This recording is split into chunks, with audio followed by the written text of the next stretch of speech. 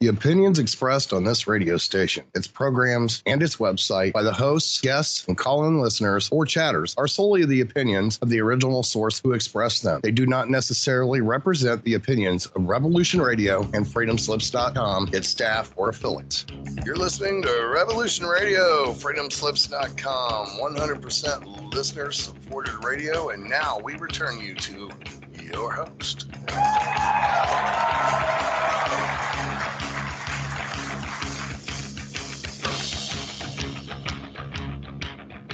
Ladies and gentlemen, welcome back to another episode of Cosmic Catastrophe on Revolution.radio. I am your host, Diamond, from the Oppenheimer Ranch Project and Magnetic Reversal News on YouTube. Welcome to the show. Today, we are going to have a fantastic discussion on major volcanic eruptions, and we're talking about super eruptions. We're going to talk about many, if not all, of the super volcanic eruptions in the last several million years, well, maybe 50 million years. And then in the second half of the show, we're going to discuss the Toba super eruption, which happened around 74,000 years ago, and many people think created a population bottleneck on the planet. Not just in humans, we're going to show you that there were a mass extinction of large mammals on continents like India, as well as effects on humanity. So let's jump right into it. Welcome to the show. How's everybody doing today? We are going to be talking about supervolcanoes, and they exist all over the planet. Some of the most popular ones that people are familiar with in North America, Yellowstone, obviously. And in Australia, Toba or New Zealand, people know about that. We all know about Toba because we are taught it in school, perhaps. But there are several supervolcanoes in South America as well and around the world. And many supervolcanic eruptions that even scientists are unaware of, which is kind of bizarre. And this, we are showing a map, which you can't see if you're listening on radio. They do not have the Garita Caldera here on a supervolcano map, which we'll get to. That is one of the largest eruptions which ever occurred on Earth that we're aware of. Now, what is a supervolcano and how is it defined? And what is a super eruption? That's what we really need to tackle.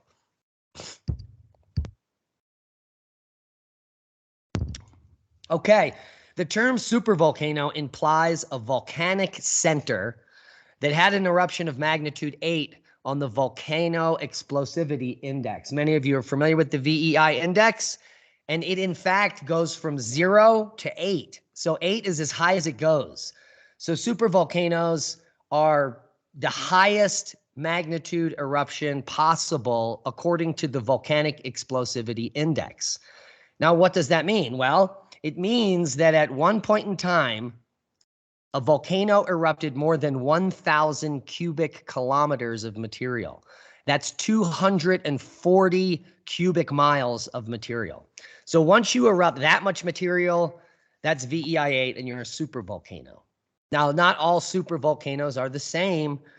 There are many different types of supervolcanic eruptions. Some have extremely thick ash layers. Some have eigenbrites. So not all supervolcanoes are the same.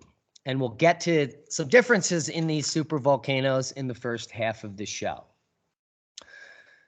So in the early 2000s, the term super-eruption came into use.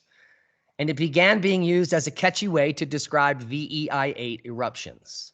These are explosive events of the size that erupts so much magma that a circular-shaped collapse feature called a caldera forms above the evacuated magma storage area or magma chamber. So 240 cubic miles or more of magma is removed from the Earth, and that's quite a void. And then the surface of the Earth collapses into what is termed a caldera. And we're going to look at some examples here in just a second. I apologize if you're on the radio. You won't be able to see it. But if you rewatch the podcast on Magnetic Reversal News tonight on YouTube, you'll get to join in on the fun.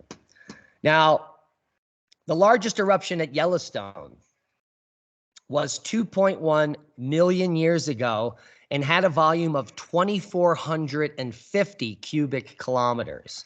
That's more than double the threshold of a VEI 8. So this was quite a large eruption 2.1 million years ago, and that's the Huckleberry Ridge eruption at Yellowstone. 2,450 cubic kilometers.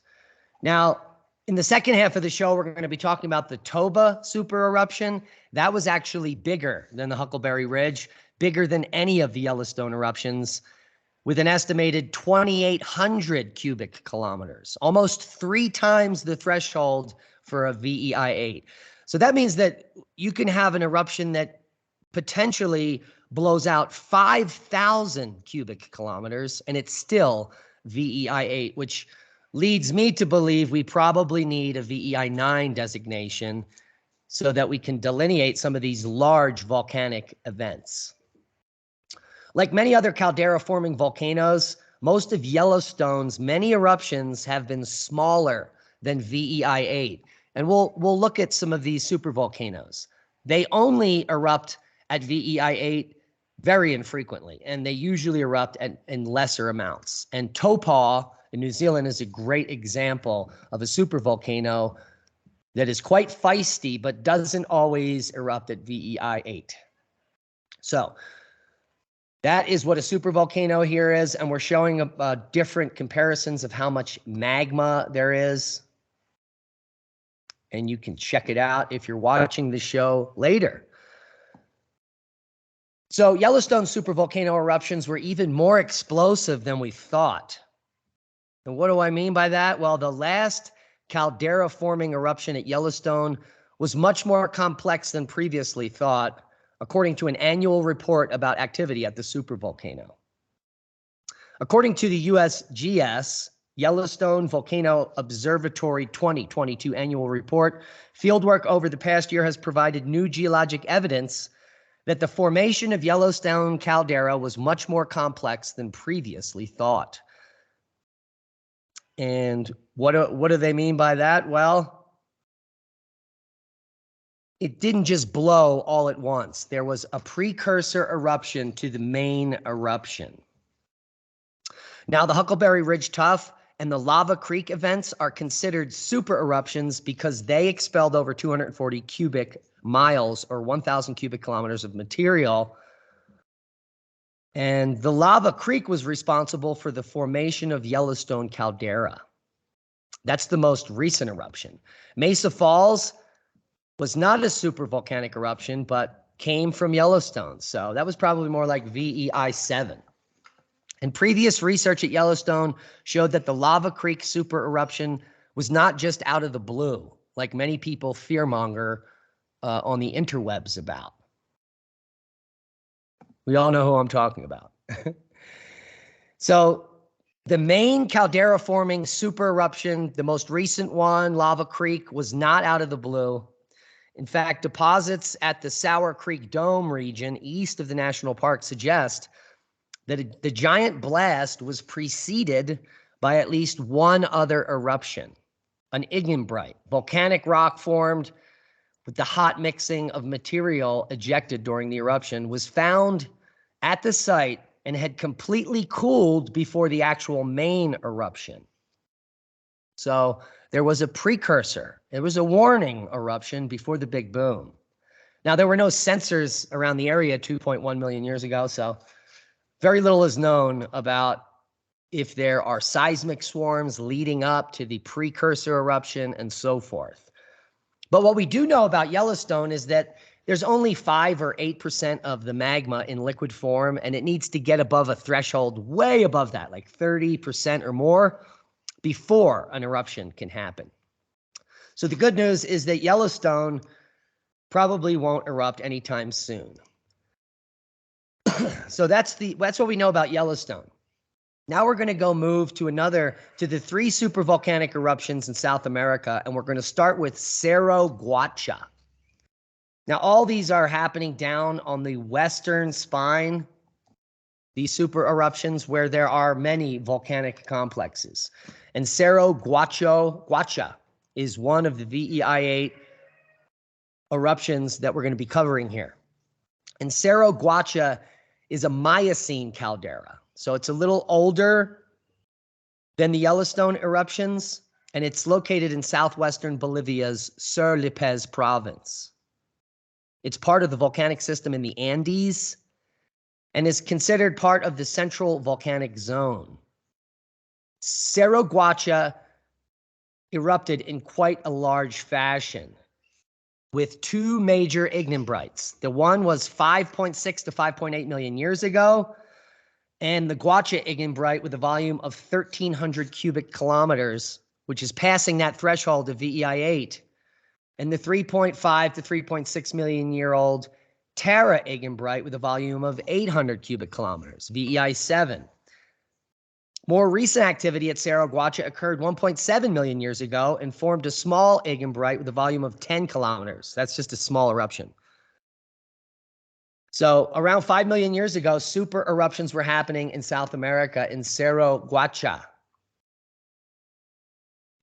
That moves us over, where's the map, to Pacana, and La Pacana is what it's called. It's a Miocene caldera right near Cerro Guacha, just to the south. Now, La Pacana is a supervolcano and is responsible for the eruption of the giant Etana ignimbrite, which reaches volumes of 2,500 to 3,500 cubic kilometers, as big as some of the largest eruptions at Yellowstone. And this erupted 3.8 million years ago and 4.2 million years ago. So all these supervolcanoes are erupting around 5 million years ago to 2 million years ago. It must have been a wild time on Earth. Now let's head on down a little further south from Pacana. We've got Cerro Galan. And Cerro Galan is a caldera in the Catamarca province of Argentina. We've got to take a look at this. You can see it from space. I mean, it's massive. Oh, man. Where'd it go? There it is. So you can see it. And if you're sitting inside of this, this is a giant valley surrounded by what appears to be mountains. But what happened here is that underneath of the earth here was all of the lava that got expelled during the supervolcanic eruption, and then the ground collapsed. You know, there might have only been an event this size, and all of this lava was drained here at Galan. So that's pretty fascinating. It's down here on the southern tip of South America. And according to geologists in the area, the volcanic activity is an indirect consequence of subduction on the Nazca Plate beneath South America. That's what's causing all of this lava to form all of these supervolcanoes in this area. Now, Galan, like the others, erupted, guess when? 5.6 million and 4.51 million years ago. So anyone living in South America at this time, wow. Any animals. We only had very early hominids at this point. But Galan generated a number of ignimbrites known as the Tolkienikis group, which crop out mainly on the west of the caldera. And the largest eruption of Galan was 2 million years ago.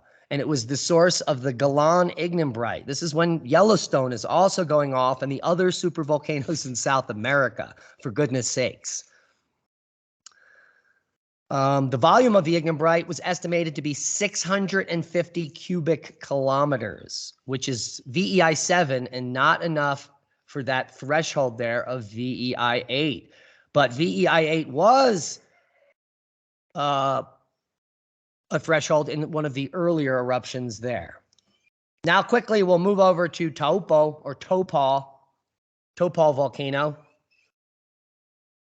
And what remains of it, Lake Topal, in the center of New Zealand's North Island, is the caldera of Topal Volcano, which is a large rhyolitic supervolcano. This was a very violent type of explosion. When you have rhyolite, it's some of the most silica-rich magmas. And the amount of silica in the magma is what determines how explosive it is. Mount St. Helens was a high silica-rich volcano. And we all know what happened in May of 1980. It exploded and blew off the whole side of the mountain. So Topal is similar to that, only orders of magnitude larger. The volcano is in the Toba Volcanic zone. It's a regional rift volcanic activity that extends from Raupehu in the south through Topal and other districts, Wakari White Island, and the Bay of Plenty. And we've already seen some tragedy up in that zone recently. Now, Topal began erupting 300,000 years ago. So it's a very recent supervolcano. And if you can see the chart, if you're watching tonight, it's been erupting for the last 10,000 years. There are dozens of eruptions, VEI 4, 3, 4, and 5, with the largest eruption being the most recent. That's crazy. The main eruptions that still affect the surrounding landscape are the Mount Tahura dacite, 65,000 years ago, the Orani eruption, 26,500 years ago, which is responsible for the shape of the modern caldera, and then the Hatepe eruption, which is the recent one, dated at 232 AD. So that's only 1,800 years ago. Now, there have been many more eruptions since then, dating back in the Holocene, as we just said here, dozens of them, VEI 3, 4, and 5. And the bad news is that Topal volcano hasn't erupted for 1,800 years. So it's long overdue to go boom. And it probably won't be a supervolcanic eruption. It will probably be VEI 3, 4, or 5 during the next eruption. So that's good news for those people living in that area. Now, data collected over the last 42-year period shows that Topal volcano is active and has periods of volcanic unrest and moves in cycles. And some volcanoes within the Topal volcanic zone have erupted, like Mount Tarawera in a moderately violent VEI eruption in 1886, and White Island, which not only killed and maimed some people back in December of 2019. So Topal, dangerous volcano, long overdue for an eruption, and soon may go boom. All the links will be below the video tonight if you want to go check out everything that we've talked about. Now, one supervolcano they don't have on the supervolcano map, they do have Toba, and we're going to get to that in the second half of the show here, just about 10 minutes. But right south of Yellowstone, right near where I am speaking from, just miles away, is the La Garita Caldera. Where is it? Now, the La Garita Caldera is a large caldera in the San Juan volcanic field and consists of one of the largest eruptions known to man. It's one of a number of large calderas that formed during a massive ignimbrite flare-up in Colorado, Utah, and Nevada that occurred between 40 and 18 million years ago. So for a period of 22 million years, supervolcanoes were going off with regularity out here. Again, it must have been quite a situation for the wildlife, and I'm sure it was decimated. Now, La Garita is the site of a massive eruption 28.01 million years ago during the Oligocene epoch. The area devastated by the La Garita eruption is thought to have covered a significant portion of the state of Colorado with what is known as the Fish Canyon Tuff, and it's extremely thick where I am. This tuff, or volcanic deposit, covered 11,000 square miles.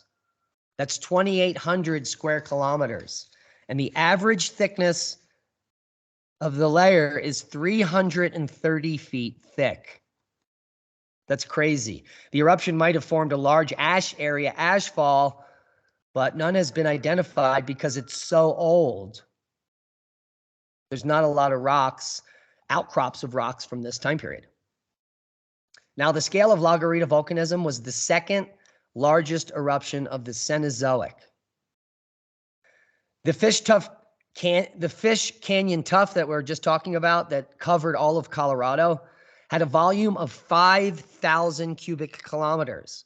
Remember when I was joking about the size of that being 5 times the threshold of VEI 8? Well, it may very well be that La Garita would be considered VEI 9, in my opinion. Because the volume is 5 times the threshold of VEI 8, it's actually an order of magnitude. So you would need an eruption of 10,000 cubic kilometers to actually be VEI 9. So this is halfway there. And this is a mind-boggling eruption size, twice as big as the largest Yellowstone eruption. And by comparison to Mount St. Helens in 1980, that shot out 1 cubic kilometer. So this La Garita eruption is 5,000 times stronger and larger than Mount St. Helens. It's almost impossible to put your head around it. By contrast, the most powerful human man-made explosive device ever detonated was the Tsar Bomba. It had a yield of 50 megatons. Now, the eruption of La Garita was 5,000 times more energetic than this explosion. Now, because the Tsar Bomba's reaction is within a nanosecond, this volcanic explosion probably took a period of minutes or hours or even months. So you can take that into consideration. So the Fish Canyon eruption is the second most energetic event to have occurred on Earth in the last 66 million years. The asteroid impact responsible for the mass extinction of the dinosaurs was equivalent to 100 teratons of TNT. So that event was 420 times more powerful than the eruption at La Garita. So that gives you some kind of scale there on the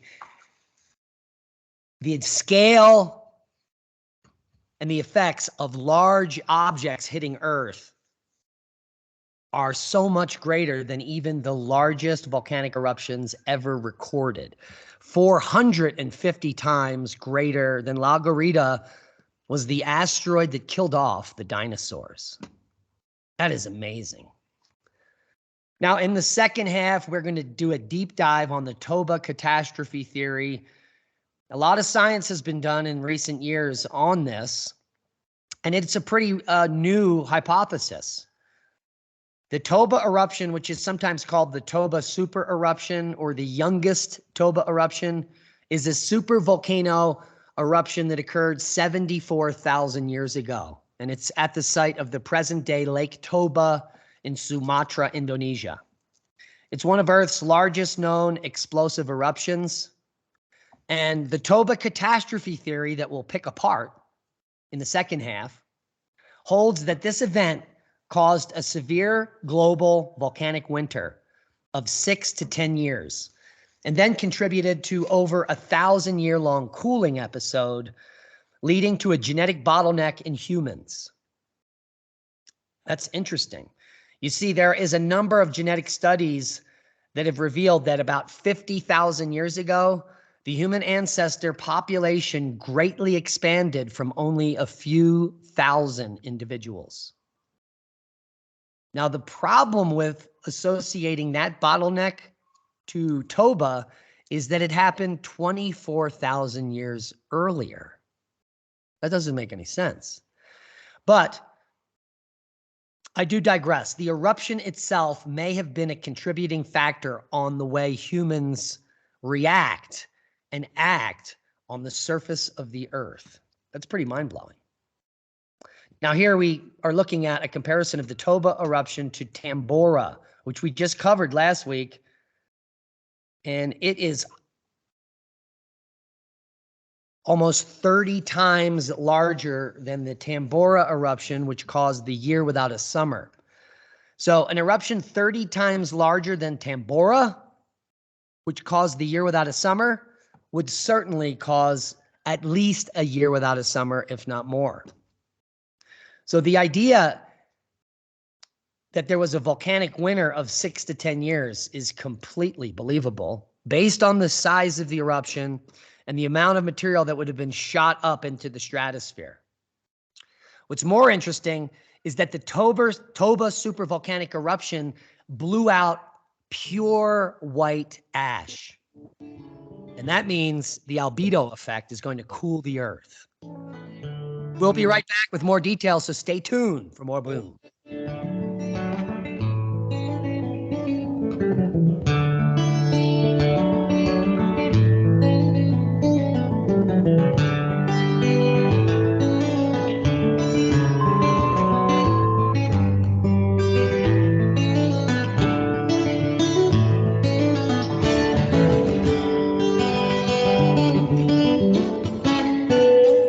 Revolution Radio at freedomslips.com, and we'll be right back after this message.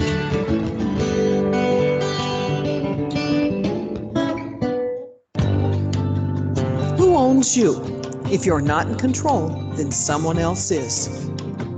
Join me, Ivy West, for Voices on the Wind, Saturday. I discuss government, health, metaphysics, suppressed science, universal mysteries, little-known incredible facts, alternative energies, and even more than you can imagine. There was blood on the wire. Won't you join us on Revolution Radio Saturdays for Voices on the Wind with me, Ivy West. There are lives in the balance, people under fire, children at the cannons. Because if your head's in the sand, your tail is a target. Thank you for listening to Revolution Radio at freedomslips.com, the #1 listener-supported radio station on the internet. Please help support this station so this battle can continue forward. Revolution Radio!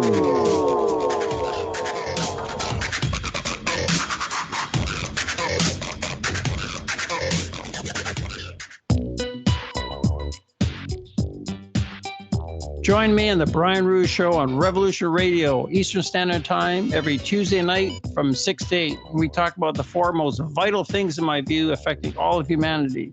Number one is UFOs and aliens and their agenda for the advancement of humanity. Number two is the Jewish establishment's control over all aspects of human civilization. Number three, the truth about Adolf Hitler, how he was the opposite of what we've been told. Number four is advanced ancient global civilizations. Join me on the Brian Ruhe Show, Tuesday nights from 6 to 8 on Studio B on Revolution Radio.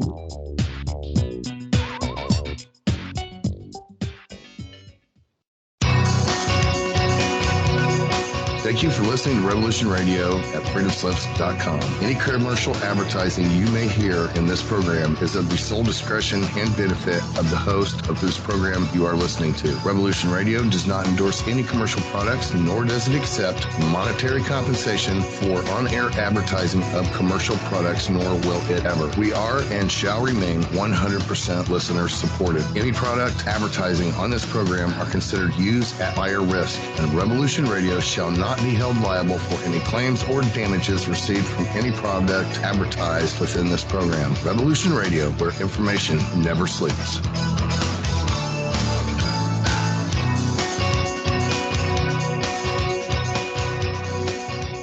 The opinions expressed on this radio station, its programs, and its website by the hosts, guests, and call-in listeners or chatters are solely the opinions of the original source who expressed them. They do not necessarily represent the opinions of Revolution Radio and freedomslips.com, its staff, or affiliates.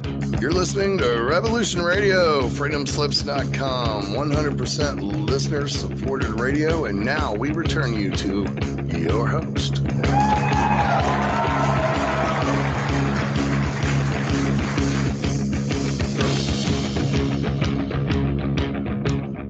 Welcome back, ladies and gentlemen, for the second half. We're going to be talking about the Toba supervolcanic eruption and the Toba catastrophe theory.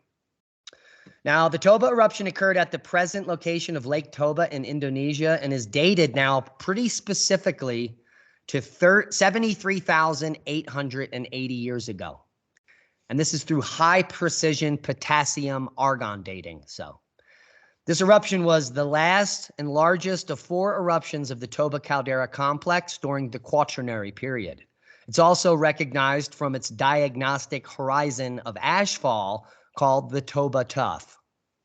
It has an estimated volcanic explosivity index of VEI 8, which is the highest on the scale, and it made a sizable contribution to the 100 kilometer by 35 kilometer caldera. That's 22 miles by 62 miles.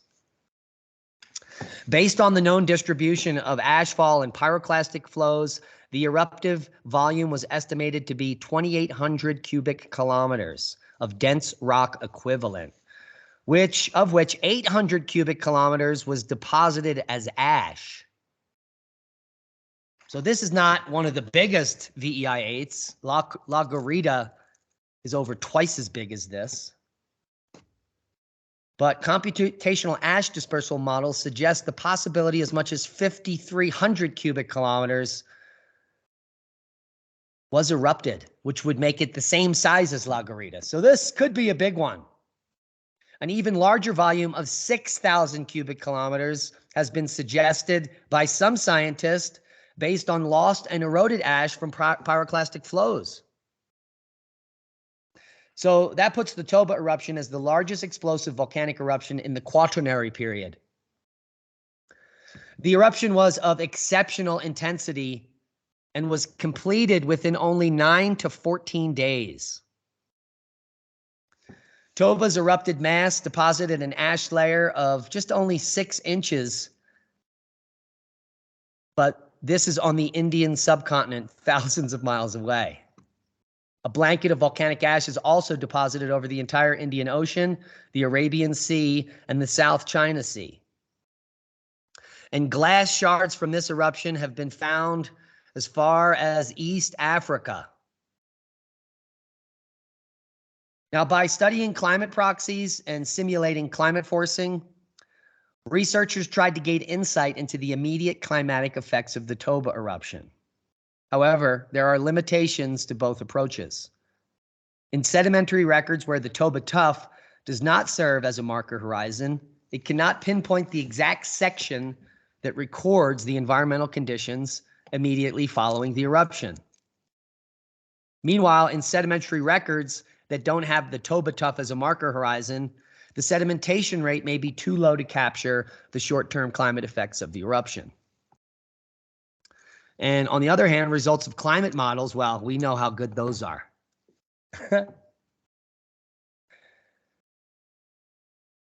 So there are many scientists, and the catastrophe theory is that there was a genetic bottleneck in humans.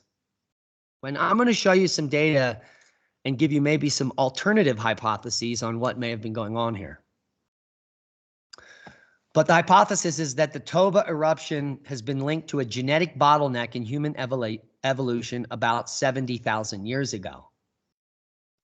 It's hypothesized that the eruption resulted in a severe reduction in the size of total human population due to the effects of the eruption on global climate.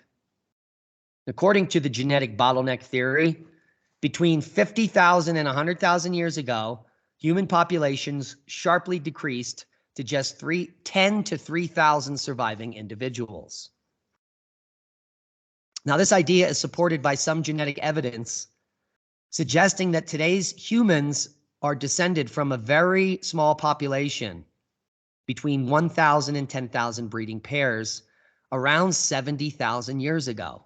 And we'll test that hypothesis in just a few minutes.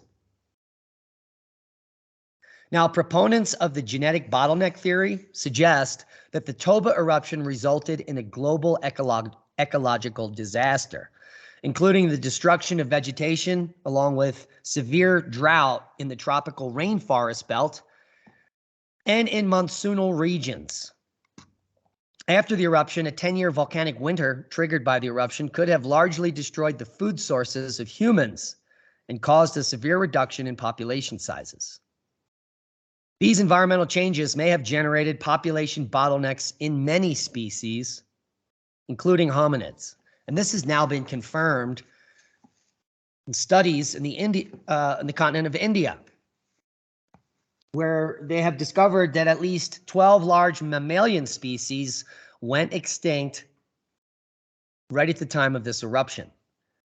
And they also determined that India was heavily forested prior to the Toba super-eruption, and after the Indian subcontinent was covered in 10 inches of pure white ash, all the trees died, and the subcontinent for thousands of years was nothing but grassland. So that would have definitely had an effect on the hominids living in the Indian subcontinent. The eruption also may in turn have accelerated differentiation from within small human populations. Shortly after this, Neanderthal goes extinct at the Lachamp magnetic excursion. And there are many anthropologists that believe that after this global event, which was so catastrophic, Homo sapiens began to cooperate, because it's how they got through the 10-year winter, global volcanic winter. Homo sapiens began cooperating when prior to that, it appeared that most hominids were just small tribes. It might be that Neanderthals continued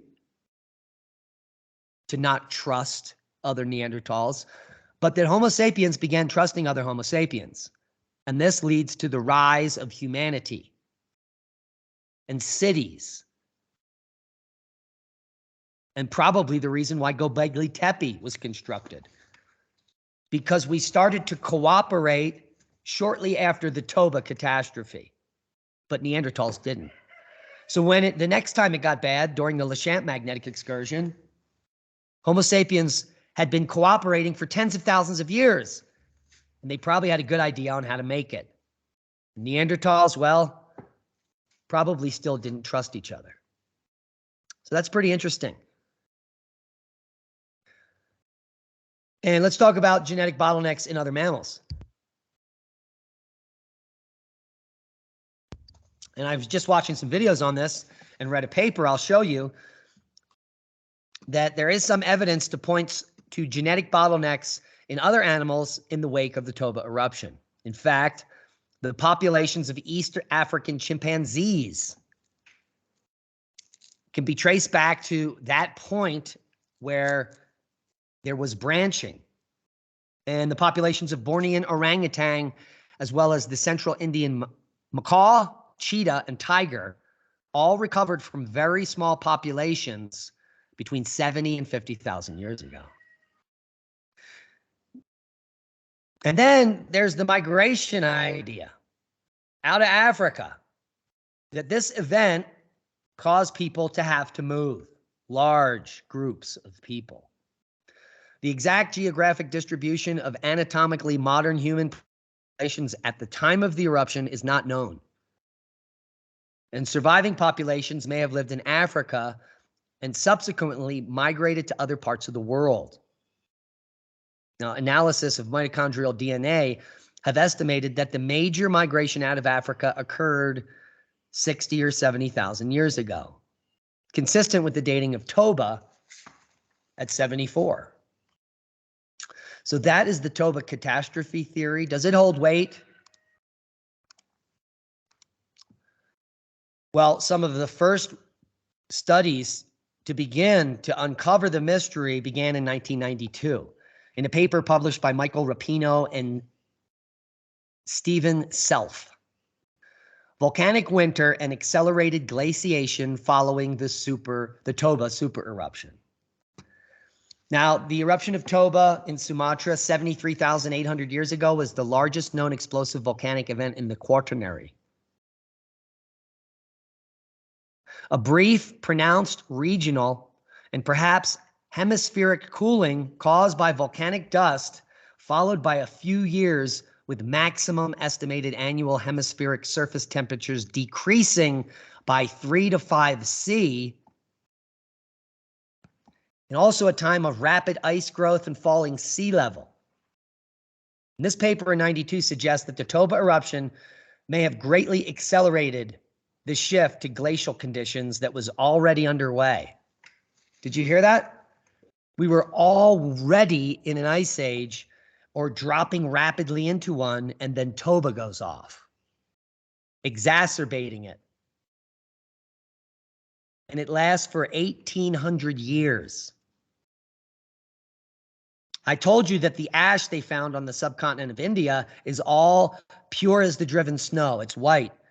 So even in areas in the equator, there would be increased albedo. So you've got glaciers building on the poles. Toba goes off and it covers the equator with white powder, like the stuff in the White House. And that causes even more albedo, not from snow, from volcanic ash, exacerbating the problem. And they say, and they propose that the Toba event may exemplify a more general climate volcano feedback mechanism, which we know happens because of the year without a summer. Now, I'll link you to the full paper below. Most people will have to pay for it, $20 or more, but we're going to give you the full PDF. It's only 3 pages, so it's an easy read.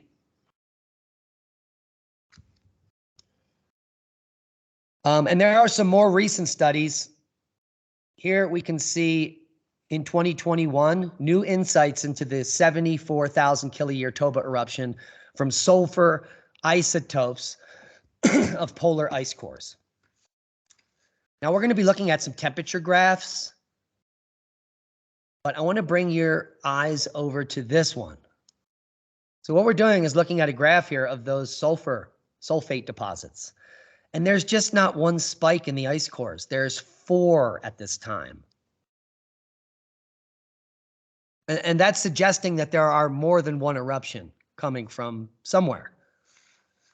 But the Toba spike is the most significant. And in fact, the highest concentration of sulfur anytime in the recent past. The 74 kiloyear Toba eruption, we know, was one of the largest in the Quaternary. And there's much interest in determining the impact of such a large event, particularly on the climate and hominid populations at the time.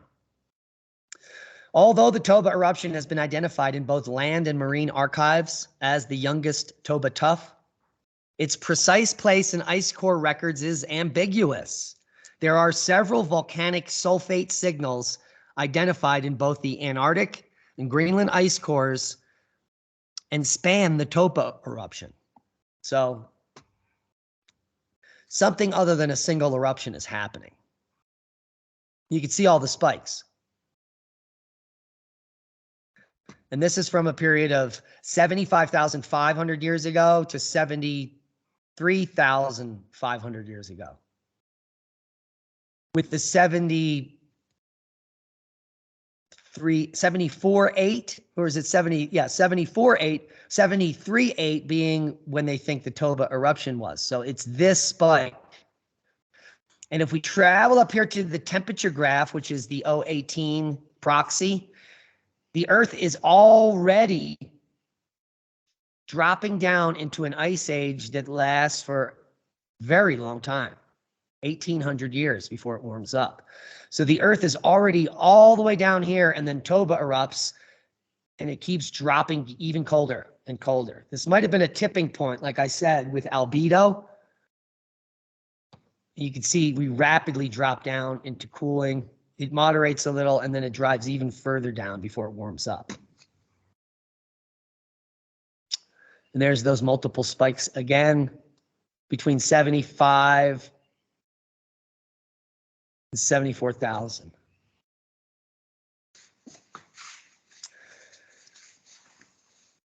And here we can see some more models.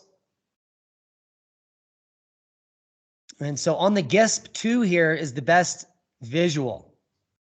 It's getting younger to the left here. And you can really see these ice age cycles very visibly. There's interstadial, and then we drop down into an ice age. It stays that way for 2,000 years, and it warms up. And then an interstadial for 2,000 years, and then we drop back down in an ice age, and then Toba erupts, boom, and 2,000 years of an ice age, and then it warms back up. It's almost like a clock cycle. And this one back then was a 2,000-year cycle. If we look at larger time scales, and we put the Toba sulfate data here in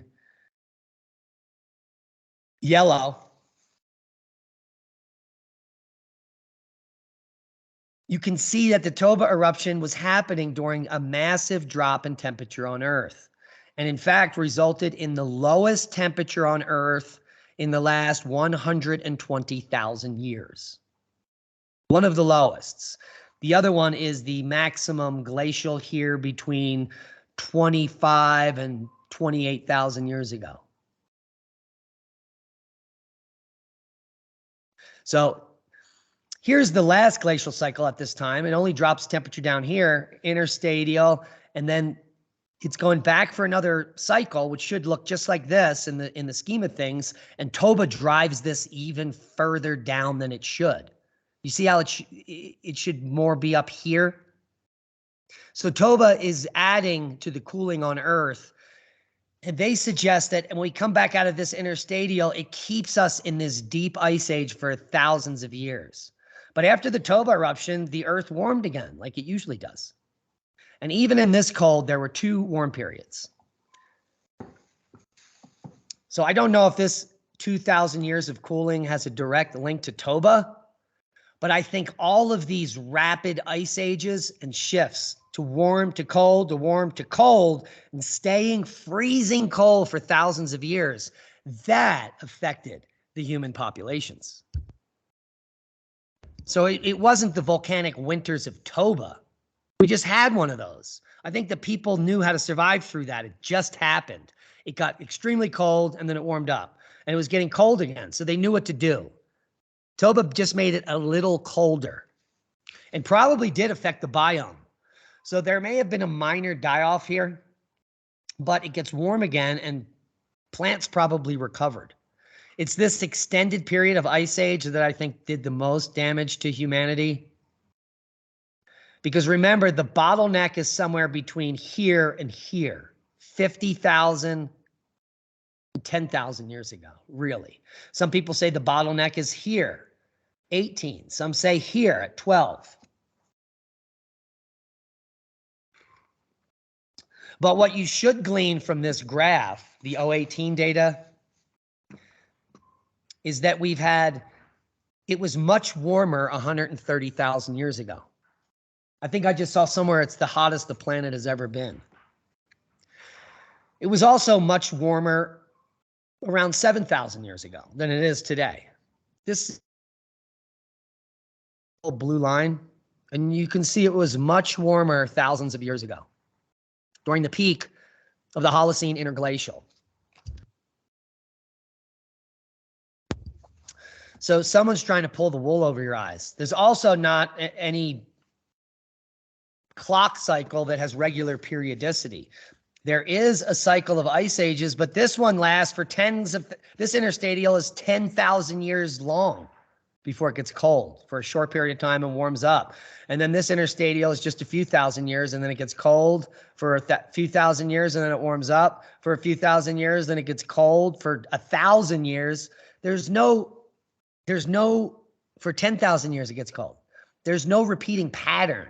There is a pattern of cycles. Big ones, little ones, tiny ones right through here. Bang, bang, bang. Look at all these little mini ice ages in and out. And then it stays really cold for tens of thousands of years again. So there's some kind of a cycle, warm, cold. Within the 100,000 year cycle, there is a few cycles. And they may correspond to some of the Milankovitch periodicities, like obliquity, which is 41,000 years. And you also have the eccentricity cycle every 100,000 years. This may be the eccentricity cycle we're seeing. Each ice age cycle is a little bit more than the 100,000. It could be the eccentricity of the Earth changing. But there's no way to know. Even with all this data, everything is still a theory. But it's clear from looking at the temperature proxy, the 018 here, that there isn't a regular periodicity to anything that's ice ages.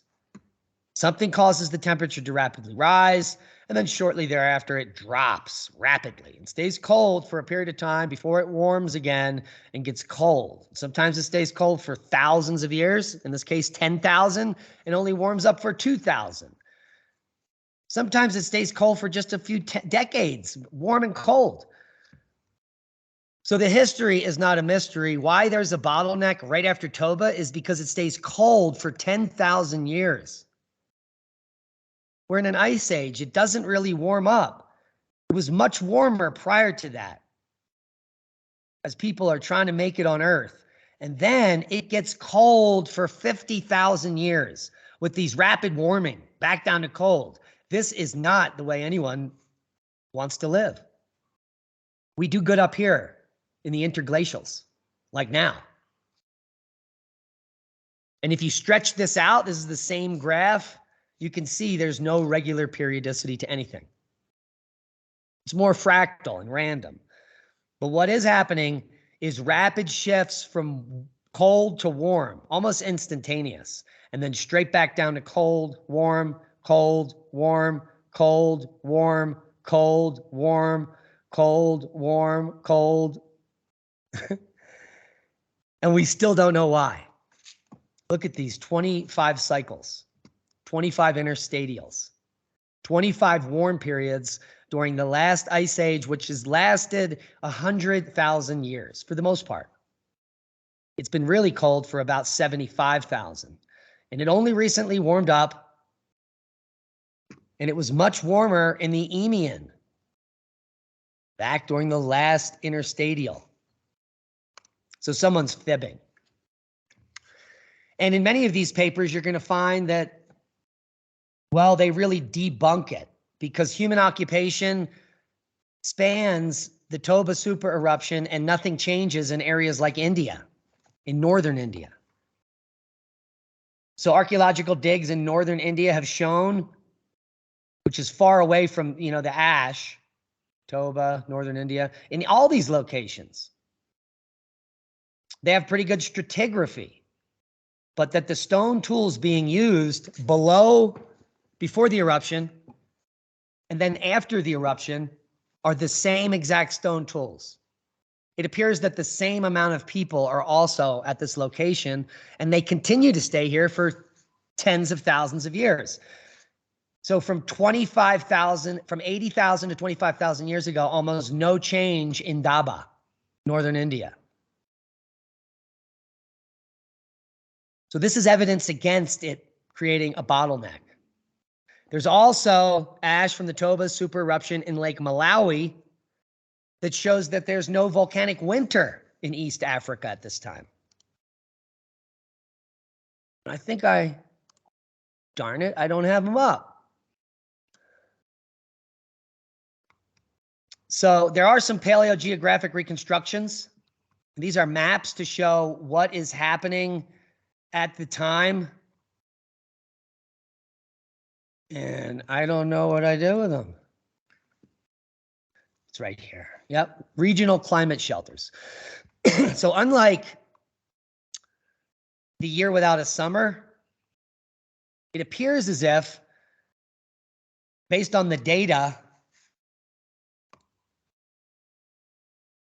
that the Toba eruption only cooled the northern hemisphere. And here is the temperature reconstructions for that cold period that we were going into, and then Toba erupts and it gets really cold. It shows that only in the northern hemisphere is there 4 degrees C cooling with 90% probability up in the purples here. So populations living in this zone, which is right where the eruption happened, there seemed to be no temperature change, which is very interesting for paleoclimatology in general. Because the Tambora eruption appears to have cooled the entire planet. This super-eruption did most damage in the northern hemisphere, based on the paleogeographic reconstructions. Now, again, these are just models. But it also shows that it affected precipitation. So South Africa here, it got very dry, and this may have driven that migration out of Africa. It was once very green. Toba erupts. Glaciers are forming in the northern hemisphere, and it dries up in southern Africa where there's all these people, and they've got to move. And that's it, folks. I hope you got something out of the discussion. The genetic bottleneck was probably because of the Ice Age, not Toba. We thought you'd be safe.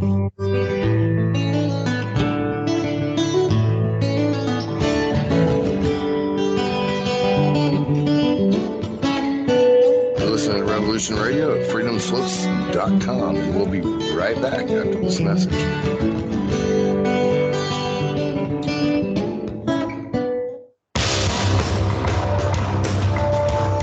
Hello, my name is Mr. Rowe. I am the host of Reality Extraction, Revolution Radio at freedomslips.com. I utilize logic, intellect, and magic to methodically autonomize, vivisect, analyze, examine, study, scrutinize, and extract an essence of reality from a